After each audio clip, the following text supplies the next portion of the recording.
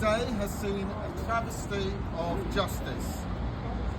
Nicholas Arlott, Lloyd Dunsford, Martin Whitehead and Alison Young, known as the Tooting Four, maintain their innocence. Today's judgment is another body blow for free speech and for peaceful protest in this country. In this case, we have four innocent people peacefully protesting against the ULEZ expansion and campaigning to change the decision by Sadiq Khan, not by disruption, not by violence, not by threats, intimidation or harassment, but by genuine democratic means, asking residents in Greater London to vote for Susan Hall to stop the ULEZ expansion. During the course of this trial, the CPS and police told us there was absolutely no problem with all the protesters moving to City Hall, where incidentally there was no members of the public for them to demonstrate to carry out their protest. Apparently all their banners, placards, posters, slogans were perfectly legitimate if they went to City Hall. But for some reason those banners, placards, posters and slogans were not allowed in Tooting. The CPS also argued that Mr. Khan would be harassed, alarmed or distressed, that people might object to his policies in Tooting, but not at City Hall. All this despite there being no evidence from Sadiq Khan and him being at that time on the stage at Trafalgar Square at the time of that demonstration. The judge at the outset declared an interest in having attended an event with Sadiq Khan, and despite protests from the accused, didn't recluse himself from the proceedings. There was a concern from the Tooting Four that he may have an unconscious bias against them, that justice could not be seen to be done and a fair trial was in jeopardy. In addition, the Tooting Four did not feel that enough time was given to their case, and all the evidence did not come out. Despite this, there is a very real chance that the judge misdirected himself and didn't take into account the impact this decision would have on free speech and how his decision could bring the judiciary into disrepute. Only on the 5th of November, protesters from Just Stop Oil were acquitted at Stratford Magistrates Court, having been accused of demonstrating outside Rishi Sunak's house in London. And when comparing the two decisions, it gives the public an impression of a two-tier justice system, as the two results are completely inconsistent.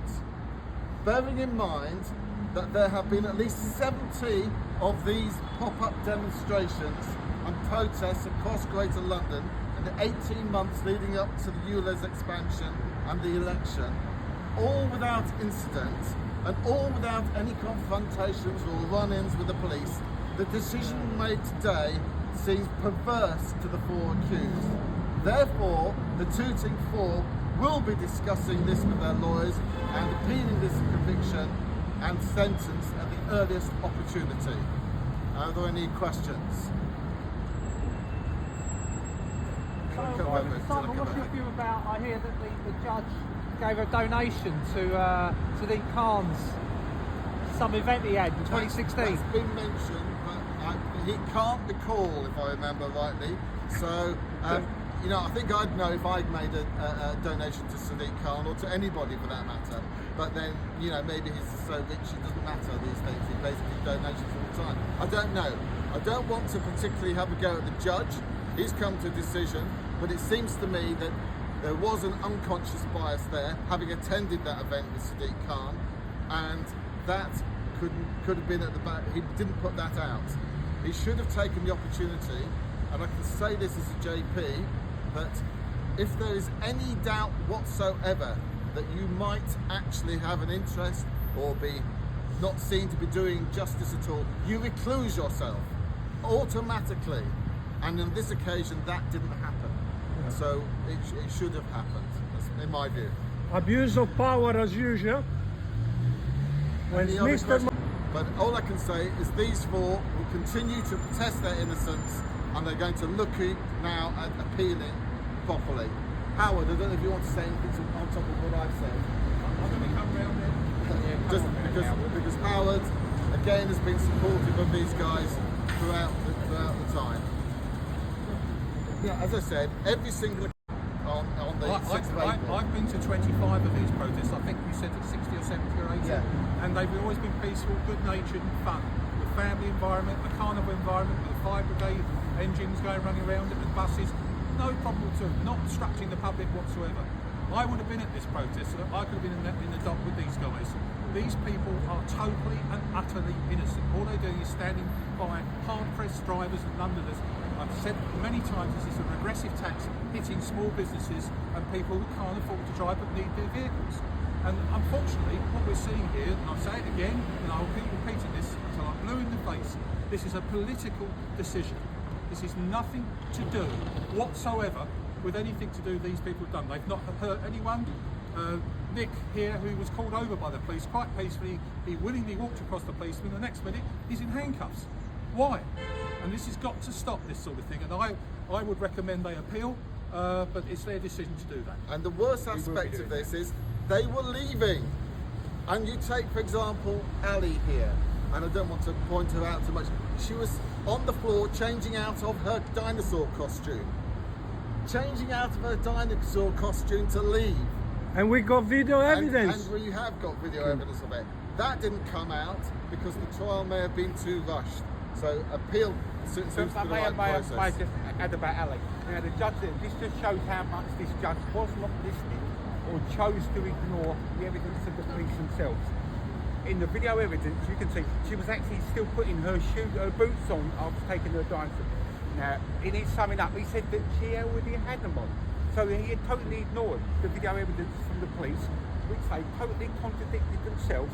He's taken no account of whatsoever. So I think the man's totally biased. I think he's totally stitched up. Can I just ask of the four of you, how are you feeling right now? Just kind of, I'm disgusted. I am absolutely disgusted that this country has become, as it has, with our judiciary, it is. Are they there to uphold the law or uphold the will of their political masters? Because that's all I see it. This was pushed by Khan. Besides the case that Simon referred to, there was also another case of Just Stop more recently where 8 of them ended up in village court. Same thing, identical thing, but accident outside Sunak's house. They walked free. The judge dismissed it, but not today. Don't tell me there's no bias within the law in this country. And it's the impression that it gives. It brings the justice system into dispute when you get those inconsistencies. Yeah. And I know it's each case sort of on its merit, but this was not anywhere near Sadiq Khan's house. And I know where Sadiq Khan lives. I'm probably the only person that does, because I put a planning application in on his back garden many years ago. What number is it? No, I'm not saying.